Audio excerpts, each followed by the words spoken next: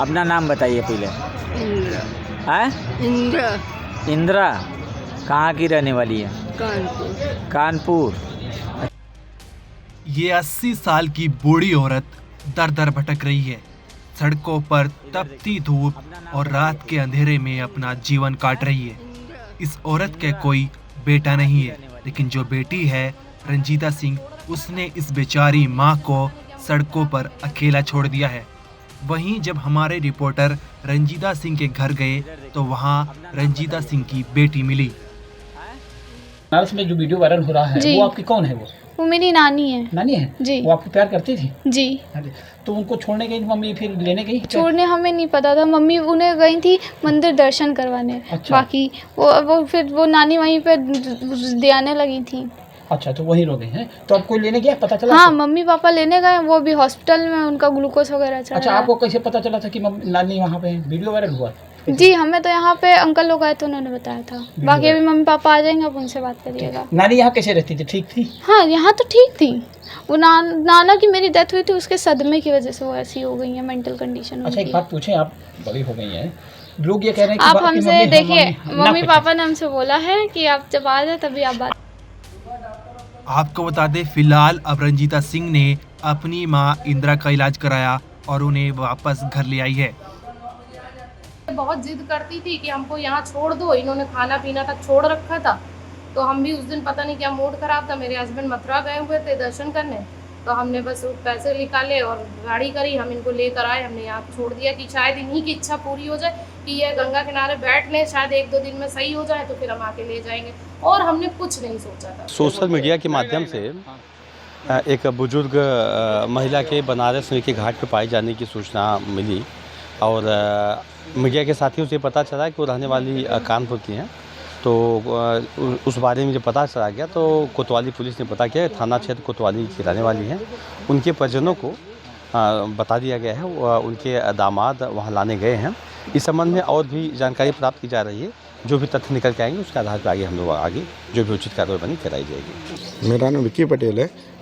पता social media द्वारा पता चला था कि वहाँ पर इनको छोड़ के आया गया। उन्होंने बुजुर्ग ने नाम पता सब बताया था।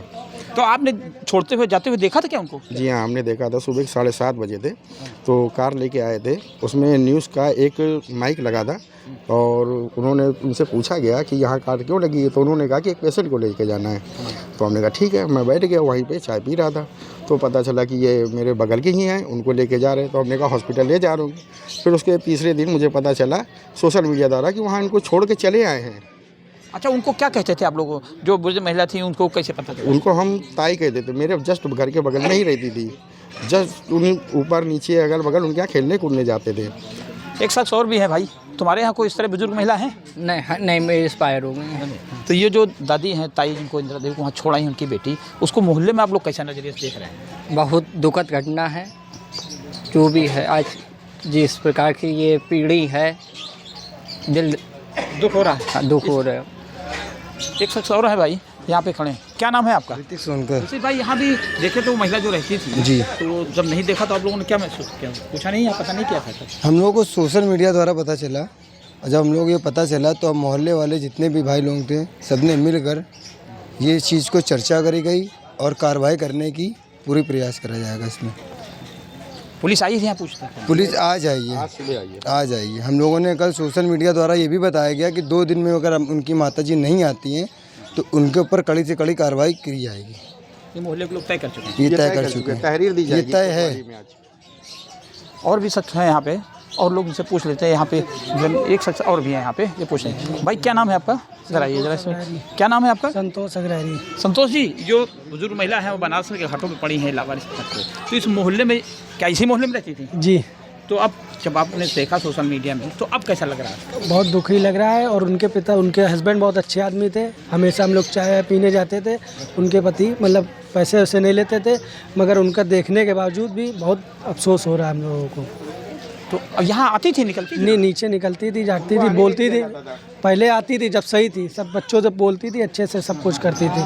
कभी उन्होंने गलत नहीं। अब मना कर दिया गया उन्होंने अब निकलना बंद कर दिया गया, अगर कोई मिलने जाता था तो मना कर दिया जाता है। भी नहीं देते तो आप लोगों को पता चला था कि वो वहाँ छोड़ाई कि नहीं? नहीं पता, किसी ने सब मोबाइल द्वारा से पता चला मेरे पास। उन्होंने तो ये बोला था कि हम लोग एक शख्स और भी है। है। आपका क्या नाम है? मेरा नाम सनी पटेल तो है। आपने उनको जाते हुए देखा था? जाते हुए तो नहीं देखा था, लेकिन कल मोबाइल में जब पता चला था तो उसके बाद हम लोगों ने एक एक्शन लेने की सोची थी। कुछ मित्र हैं हम लोगों के भी, तो उनके द्वारा बुलाया गया और वो यहाँ पे कार्रवाई की गई। ये बोला गया कि अगर नहीं आती हैं तो फिर हम लोग इनसे पूछा था आपने कि पूछा था, तो इन्होंने बताने से एकदम क्लियर मना कर रहे थे कि हम कुछ भी नहीं बताएंगे, क्योंकि जब तक का मेरे हस्बैंड नहीं आ जाएंगे। तो वो तो बोल रही थी। और उन्होंने एक बात और कही थी कि हम बहुत उनसे पीड़ित हो गए थे अपनी माँ से, इसलिए हम जा करके छोड़ ही आए हैं। गुस्से में बोला था उन्होंने, ये बोला था उन्होंने। तो आपको लगता है अफसोस है ये कि अफसोस तो क्यों नहीं है, वो अगर नहीं आएंगे तो आज हम लोग कार्रवाई करेंगे, शाम को तहरीर देंगे, इसके बाद देखा जाएगा। अभी पता चल रहा है कि वो लेने गए हैं, ये तो अभी हम लोग क्लियर नहीं है, लेकिन कुछ लोगों से पता चला है।